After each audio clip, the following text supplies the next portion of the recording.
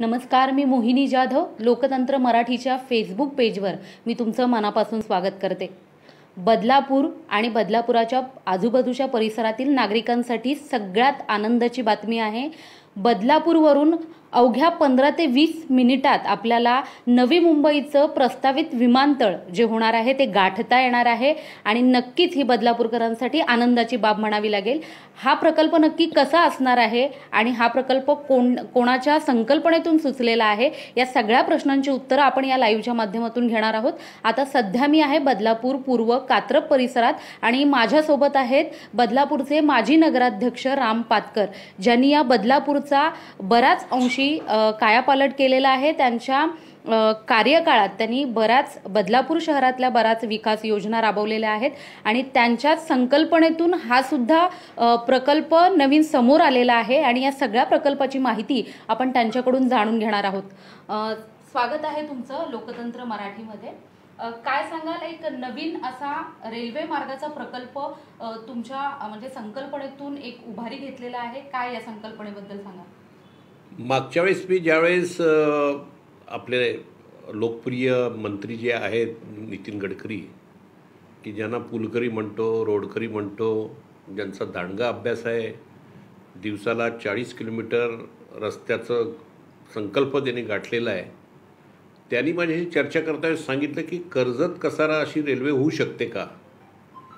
तर मी त्याचा अभ्यास केला आणि माझं असं लक्षात आलं की कसारा हा वर आहे आणि कर्जत खाली आहे आणि त्याच्यामध्ये कल्याण आहे आणि ऑलरेडी जे अस्तित्वात असलेलं रेल्वे आहे त्याच्यामुळे नवीन रेल्वे मार्गाचा काही उपयोग होणार नाही. तो लांबचा असणार आहे, खर्चिक असणार आहे. तर मी एक अभ्यास करायला घेतला. त्यावेळेस माझ्या लक्षात असं आलं की आपण एक नवीन रेल्वे मार्गाची उभारणी करू शकतो. तो म्हणजे कासगाव ते कामोठे मानस सरोवर म्हणून स्टेशन आहे, त्याला आपण जोडलं तर पर्यायी व्यवस्था होऊ शकते.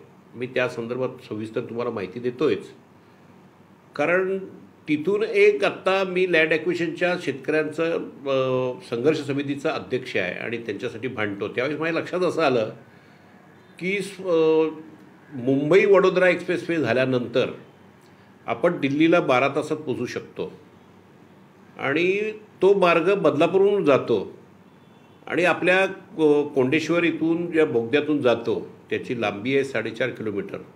पलीकडे मोरबे आहे आणि त्यामुळे आपण जर अशी एक रेल्वे मार्ग उभारला की जिथे चामटोली कासगावच्या इथून कामोठेला गेलो तर तो 18.5 किलोमीटर आहे आणि तिथे एक नवीन इंटरनॅशनल एअरपोर्टचं काम जोरात सुरू आहे. तो 2022-2023ला पूर्ण होणार आहे आणि 15 मिनिटात आपण बदलापूरचे रहिवाशी तिथून त्या एअरपोर्टला जाऊ शकतात.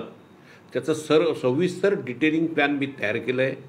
तुमच्या लक्षात येईल, म्हणजे तुम्हाला मी दाखवतो ह्या प्लॅनवरती की बदलापूर आणि आत्ता आपण CSTला जातो तर तो साधारण 67 ते 70 किलोमीटर आहे आणि अनेक स्टेशन्स आहेत त्याच्यामध्ये.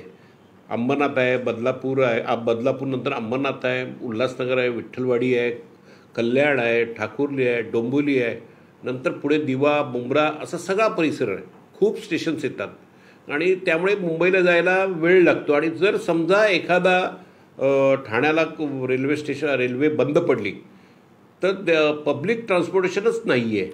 म्हणून मग त्याला पर्यायी व्यवस्था काय असू शकेल याचा आपण जर विचार केला तर मला असं वाटतं की जर आपण अशा प्रकारचं वाघणी आणि बदलापूरच्या मध्ये स्टेशन घेतलं, तिथून जर रेल्वे काढली आणि ती कामोठे हार्बर लाईनला जोडली तर आपण कुर्ल्याला जाऊ शकतो आणि कुर्ल्यावरून आपण CSTला जाऊ शकतो.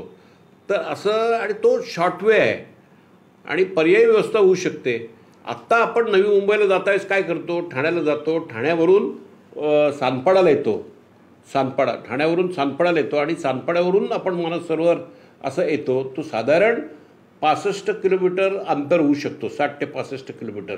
पण असं जर आपण गेलो तर तो आपल्याला अंतर साधारण 15 ते 18.5 किलोमीटर अंतर राहणार आहे, 18.5 किलोमीटरचं. त्यामुळे आपण 15 ते 20 मिनिटात नवी मुंबईमध्ये पोचू शकतो. आत्ता नवी मुंबईच्या परिसरामध्ये एज्युकेशनल हब झालेले आहेत, अनेक कॉलेजेस आहेत, मेडिकल कॉलेज आहेत, नंतर बाकी कॉलेजेस, आर्किटेक्चरल कॉलेजेस आहेत अनेक कॉलेजेस तिथे आहेत, त्यामुळे मुलांना ॲडमिशन घेण्यासाठी तिथे जावं लागतं आणि शिकण्यासाठी जावं लागतं. आणि MIDC तळोजा MIDC मोठी आहे, नवी मुंबईची MIDC मोठी आहे. तिथे काम करणाऱ्या कामगारांना सुद्धा म्हणजे रोडमार्गे पण जाऊ शकतो आणि आपण जर रेल्वे टाकली तर कमी पैशामध्ये प्रवास होऊ शकतो. तर मला असं वाटतं की मी हा प्रस्ताव काल गडकरी साहेब मुंबईला आले त्यावेळेस दिल्यानंतर ते खुश झाले. त्यांनी सांगितलं आपल्या इथे लोकप्रिय खासदार जे आहेत कपिल पाटील यांचा सुद्धा अभ्यास दांडगा आहे, त्यांच्या माध्यमातून मी हा प्रस्ताव सेंट्रल गव्हर्नमेंटला देणार आहे. आणि पहिला प्रस्ताव मी आपल्याकडं प्रस्ताव जो दिला आहे मुख्यमंत्र्यांकडे दिलेला आहे, कारण मुख्यमंत्र्यांनी याच्यामध्ये लक्ष घालून हा शॉर्टवे आहे, नागरिकांचा प्रवाशांना फायदा असणारा प्रस्ताव आहे, त्याच्यामध्ये लक्ष घालावं. 50% महाराष्ट्र शासन आणि 50% सेंट्रल गव्हर्नमेंट रेल्वे यांच्या खर्चातून MRVCच्या माध्यमातून हा प्रस्तावाची उभारणी व्हावी. याला खर्चही कमी करणं, रेल्वेला खर्च जो आहे तो 60 ते 100 कोटी पर किलोमीटर आहे. त्यामुळे हा जास्तीत जास्त 1500 कोटी रुपयाचा खर्चाचा प्रोजेक्ट आहे आणि याच्यामध्ये खूप डिझेल आणि पेट्रोलचा खर्च वाचू शकतो, लोकांना कमी वेळाचा प्रवास होऊ शकतो आणि हा प्रवास खूप फायदेशीर होऊ शकतो. त्यामुळे हा प्रोजेक्ट लवकरात लवकर व्हावा यासाठी मी खासदारांच्या माध्यमातून प्रयत्न करणार आहे आणि प्रयत्न चालू केलेले आहेत. माझा हा प्रस्ताव पहिला मी गडकरी साहेबांकडे सुपूर्द केला आणि ते याच्यामध्ये खूप खुश झालेत. ते म्हणे अशा प्रकारचे प्रस्ताव आले तर शासन त्याच्यामध्ये लक्ष घालून काम करेल. मी आत्ता हा प्रस्ताव आज आणि उद्या मुख्यमंत्र्यांकडे सादर करणार आहे.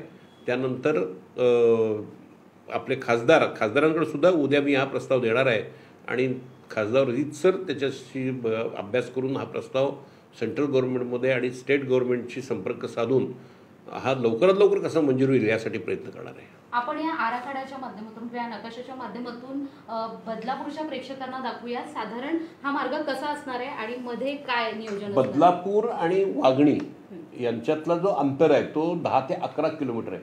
मधी कासगाव आणि चामटोलीच्या मध्ये स्टेशन झालं कासगावच्या इथे, तर तो पलीकडे हा बोगदा आहे.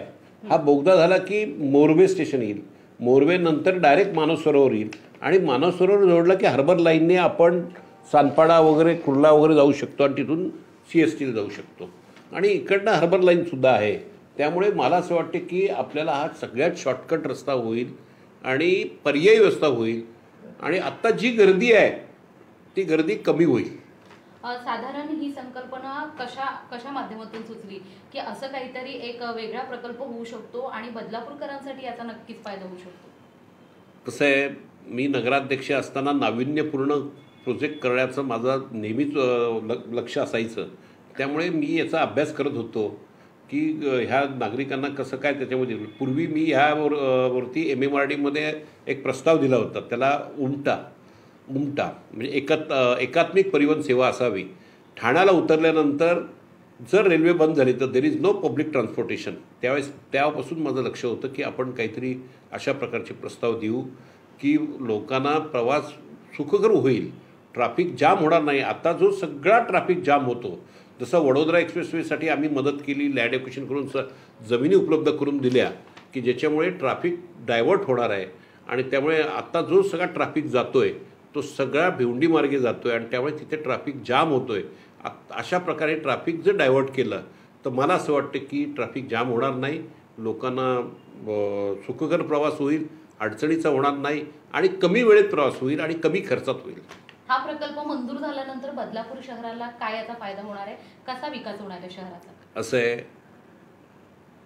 जर इंटरनॅशनल एअरपोर्ट 2022 ते 2023 मध्ये पूर्ण होणार आहे आणि सगळ्यात पाणी चांगलं बदलापूरला, हवा चांगली बदलापूरला, जसं मुंबई इकडनं आपली जवळ आहे रेल्वेनी, तसंच एअरपोर्टला जवळ असणारं शहर कोणतं असेल एक चांगलं राहण्यासाठी योग्य, तर इथे 5 स्टार हॉटेल होतील, अनेक सुविधा होतील. इथून आपल्याकडे वडोदरा एक्सप्रेसवे जात असल्यामुळे त्याला लागून असलेल्या ट्रान्सपोर्ट ॲक्टिव्हिटीज होतील, ट्रक टर्मिनल्स होतील वगैरे वगैरे अनेक सुविधा होतील.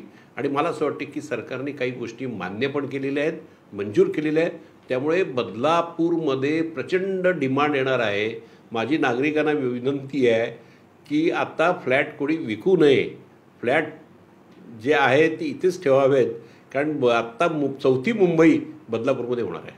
अगदी बरोबर म्हणाला. त्यामुळे कुठेतरी रोजगाराच्या संधी सुद्धा उपलब्ध होतील या सगळ्यांमुळे आणि एकंदरीत बदलापूर शहरात असं आहे. माझी जी कल्पना होती की बदलापूरला theme park, amusement park, Badlapur नगरपालिकेकडे आत्ता 55 एकरचं रिझर्वेशन्स आहेत, त्यातले काही तुमच्या मेट्रोसाठी कारशेडसाठी दिलेले आहेत, काही राहिलेली जागा आहे.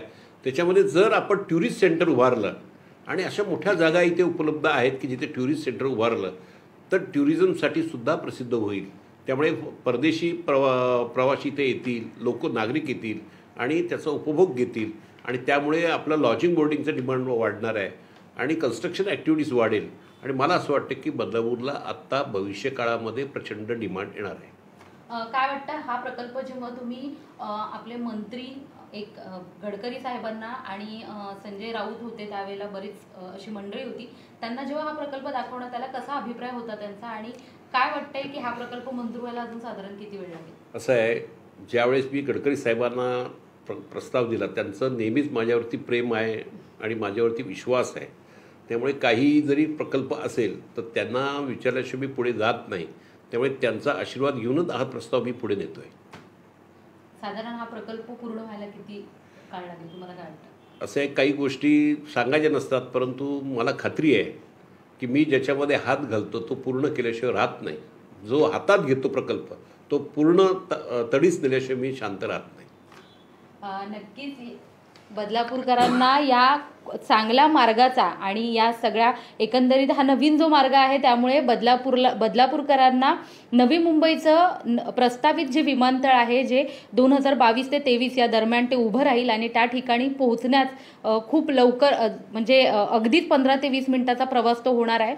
बदलापूरकरांना सुखकारक असा प्रवास होणार आहे आणि रेल्वे मार्ग असल्यामुळे आपण खूप लवकर त्या ठिकाणी पोहोचणार आहोत आणि इतर जे मेट्रो सिटीज आहेत तिथपर्यंत आपण पोहोचू शकणार आहोत. अगदी मुंबई असू देत किंवा ठाणे शहर असू देत किंवा इतर कोणतेही शहर, कर्जत पासूनच्या या सगळ्याच ग्रामीण भागातल्या लोकांना सुद्धा या मार्गाचा नक्कीच लाभ होणार आहे. मी लोकतंत्र मराठी वाहिनीच्या माध्यमातून सर्वप्रथम तुमचे अभिनंदन आणि आभार मानेन की बदलापूरकरांसाठी एक छान अशी संकल्पना तुम्ही सुचवलेली आहे आणि बदलापूरकरांना नक्कीच ती फायद्याची ठरणार आहे. त्याबद्दल मी बदलापूरकरांच्या वतीनं तुमचं पहिल्यांदा अभिनंदन करते. Thank you very much. तुम्हाला या प्रकल्पाविषयी काही अजून प्रश्न असतील किंवा तुम्हाला काही वाटत असेल की या संदर्भात अजून तुमच्या मनात काही शंका असतील तर नक्कीच तुम्ही कमेंटच्या माध्यमातून आम्हाला विचारू शकता आणि तोपर्यंत पाहत रहा लोकतंत्र मराठी. धन्यवाद.